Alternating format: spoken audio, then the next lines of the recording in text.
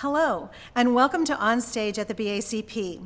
As always, thank you for choosing to invite us into your home, your office, or wherever it is that you are today. Before I introduce today's special guest, I want to let you know that we have completed the audition process for our February Zoom event. You can find the announcement here on our Facebook page, or you can go to our Instagram page, or you can go to our website and click on the link that will take you to the cast page. There you'll find information about who the directors are, who the playwrights are, and who the cast members are for each show. Now, on to this week's guest. As you know, if you've watched the last couple of weeks of On Stage at the BACP, we're featuring some of our fellow nonprofits from this area. We know that they've struggled just like we have, and we wanted to give them an opportunity to tell you their story, who they are, what they do, how they've had to adjust during the pandemic, and any special plans that they might have for 2021. This week's guest comes to us from the Museum Broken Arrow. Please welcome Julie Brown. Julie, welcome to On Stage at the BACP. We're so glad to have you here. Tell us about the museum. Well, the Museum Broken Arrow is located at 400 South Main Street in Broken Arrow. We've been around a little over a decade now, and with this year our programming has changed a little bit, but we've still got some exciting things headed your way. Okay, so tell us a little bit about the inside of the museum. I mean, it's like, what, 3 stories tall? It is 3 stories. The highest level, our 3rd floor, is an event space. And we also have a beautiful patio out there that overlooks the pavilion and the water feature. And our 2nd floor is our permanent exhibit. That's where we house all of the Broken Arrow artifacts. And then our 1st floor houses our traveling exhibit hall, which is the Barbara Brown Kimbrough exhibit hall. And that's where we bring in various traveling exhibits. They don't necessarily have to be Oklahoma related, but oil paintings, watercolors, quilt shows. We've had Auburns in there before, Auburn cars. And so we do a lot of exciting things in there. And then we also have a gift shop. Oh, wow. Yeah, I drove by there the other day and saw the fancy sign that was painted on the north side of the building in the windows. Yes. And I was like, I just want to go in there and buy something. And I don't even know what they sell, but it just is so inviting. So good job with that. So how did the pandemic affect you? I mean, your business hours are usually during the week, and are you open on the weekend, and did you have to shut all that down, or? We did shut down for a period of time until we could, gather our thoughts and get some funding for the appropriate PPE. And so we did eventually open back up, and we've been open for quite some time now. We are masks required at our museum. So that's important, but we also have a lot of PPE cleaning things in place, a lot of masks and things like that. Yeah. Okay, yeah.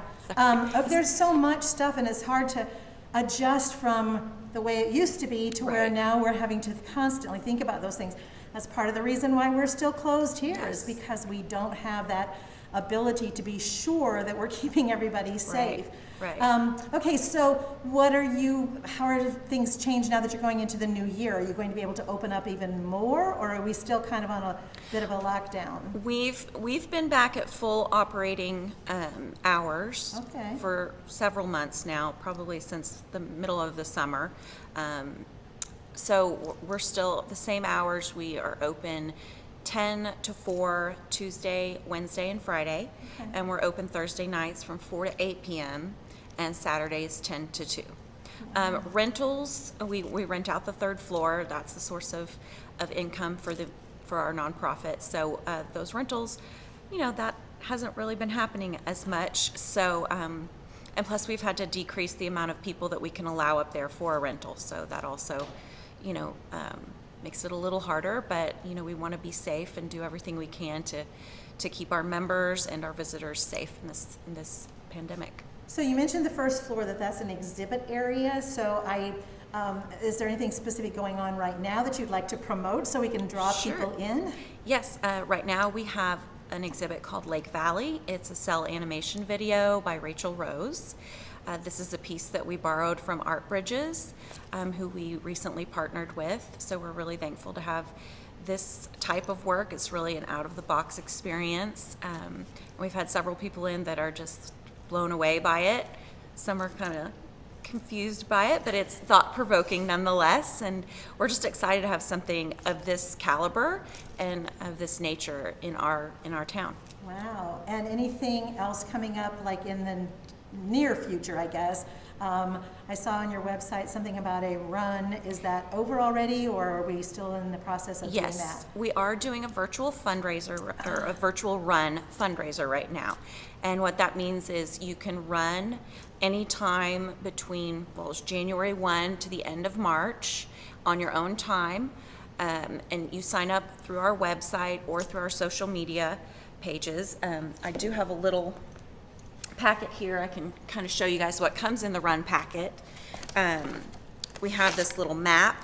So we do have a little historical map that you receive with your packet, and then some information about various historical landmarks that are on this map. We have a lot more historical landmarks than what's on the map, but this is just phase 1, so we're hoping to kind of continue doing this type of run in the future and adding different spots to the next map, so you can always be learning on whichever year you're running Right. with us. That sounds like a run I might be able to do. I don't have to be there at a specific day and time. I just have to keep track of my mileage. Yes, yes.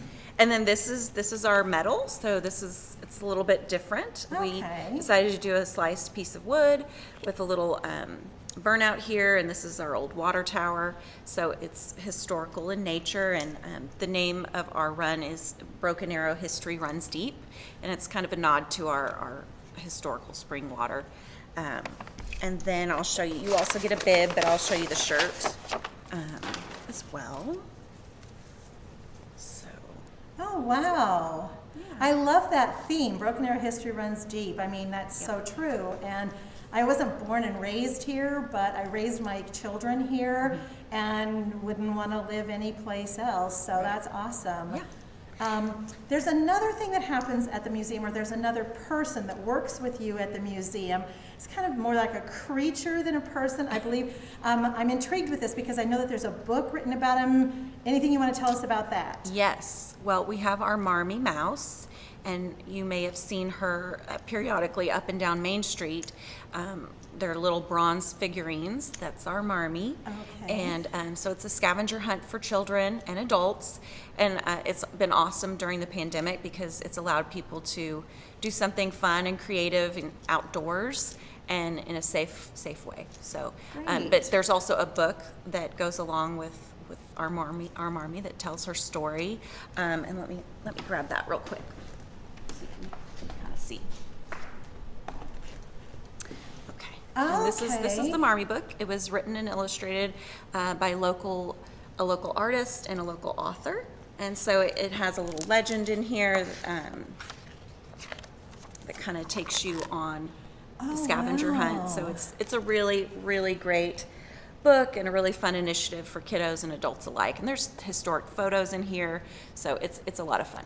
Wow, it's kind of like a museum in a book, Yes. almost. And Marmee does have her own Facebook and her own Instagram. Okay, well, we'll get that information Yes. from you, and I will post it Okay. here on either on our website or, not our website, probably on our Facebook page, and maybe I'll even find some way to include it in this post. Yeah. Thank you, Julie, so much for coming. We really appreciate it. We know it's been rough, but it sounds like you've been doing some great things. So thanks again, and we'll hopefully see you in the future. Okay, thank you so much.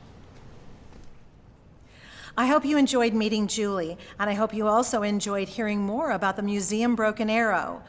Next week, we'll have another special guest, but for now, we just thank you so much for joining us here today, and we hope that we'll see you next week on stage at the BACP.